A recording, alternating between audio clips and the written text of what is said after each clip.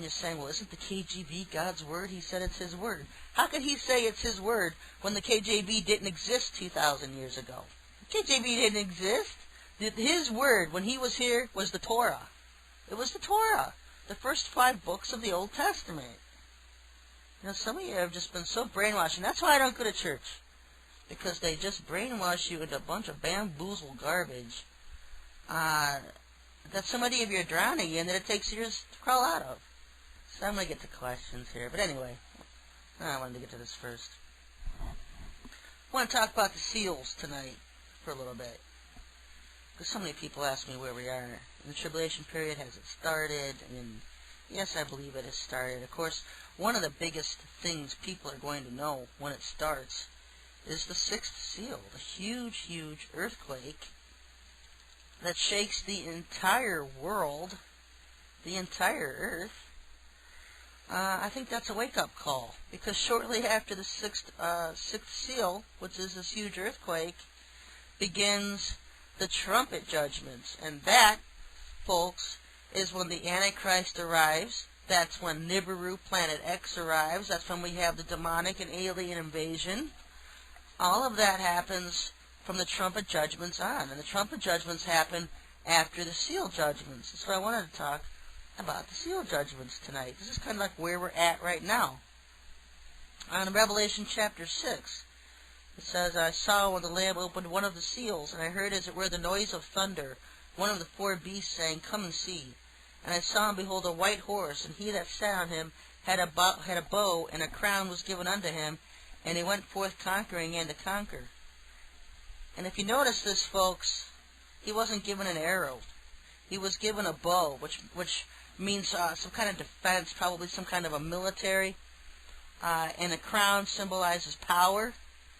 And so this is kind of, I know I've heard people interpret this as a diplomatic leader, as diplomacy, something like probably the UN minus their forces, because apparently the rider of the white horse doesn't have an arrow, so he's not at war.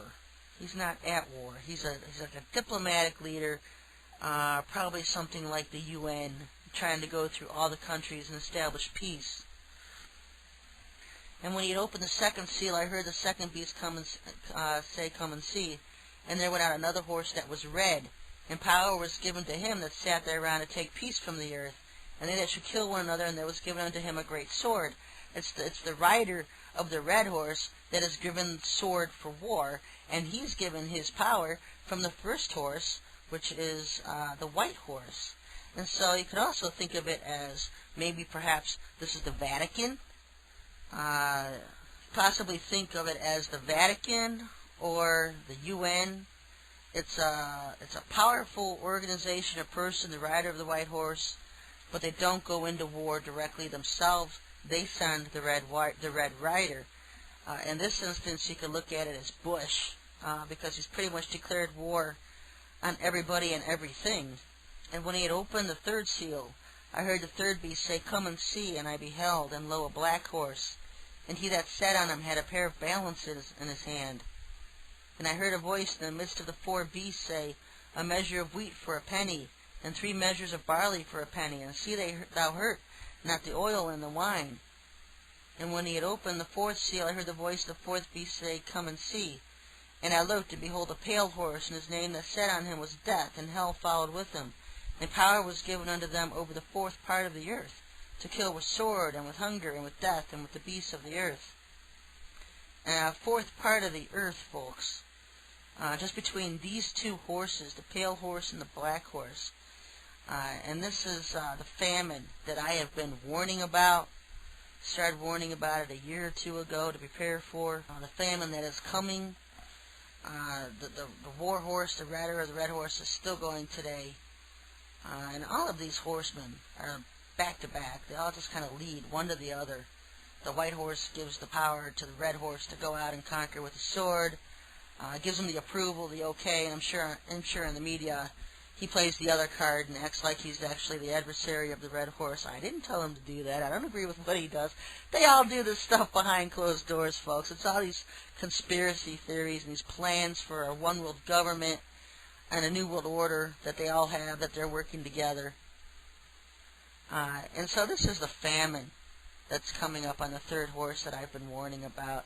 And this is going to affect a fourth of the earth. So if you look at our world population right now at about 6 billion people, you're looking at a fourth of that, being affected. 1.5 billion people being affected by famine. And so I don't know if that specifically is going to affect one area, such as the Middle East. Right now, I know there's billions of people in the Middle East. There's more billions of people on the other side of the planet than there are on ours. America has 300 million people, and in Canada and in Mexico, and the bulk of the world's population is on the other side of the earth. The problem being that the United States, being Satan's headquarters and the most powerful nation on earth, because we're Satan's headquarters, there's so many Christians here and believers in the Most High that they will have to destroy America to truly get this new world order of Satan's up and running. They've been using us as fodder for years, feeding into and financing this new world order.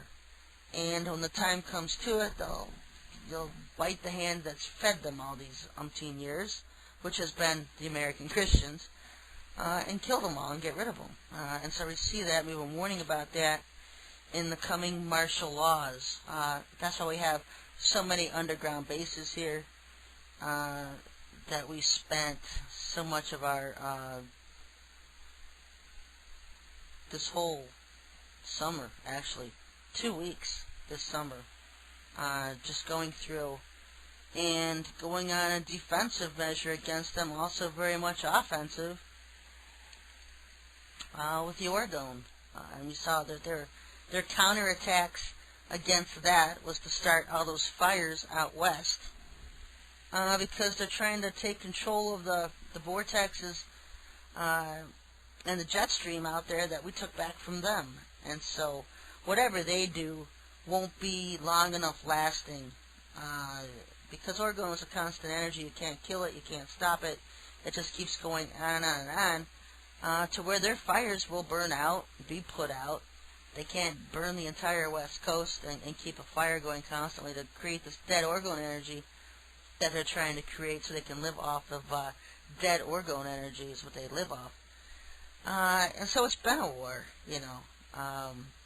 fully realized that America is Satan's headquarters. The Lord woke me up to this years ago. And so at that point it was, what can I do? What's my job here on earth? What's my role? And I get this from people all the time. How will I know what my job is? The Lord won't tell me what it is. And you know what? I've been there, been at the same exact same position.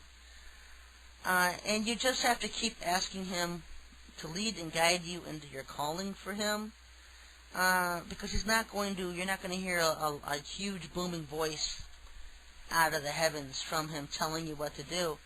You just find yourself into doing what it is He wants you to do.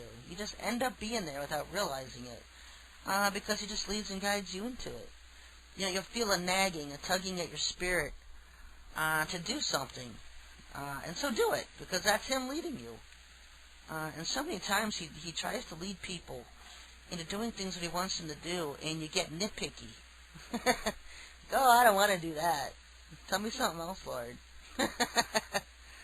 And so that's why He doesn't tell you anything else, because if you can't be obedient in the little things that He wants you to do, He's not going to lead you on to the bigger things. He doesn't have favorites. What He has is go-to people, people that have gone through all the testing and trials of being obedient in the little things, to where He knows if He asks them to do something major that they're not going to think twice. They're just going to do it. Just prepare the way, Father, and I'll do it. That's all He needs.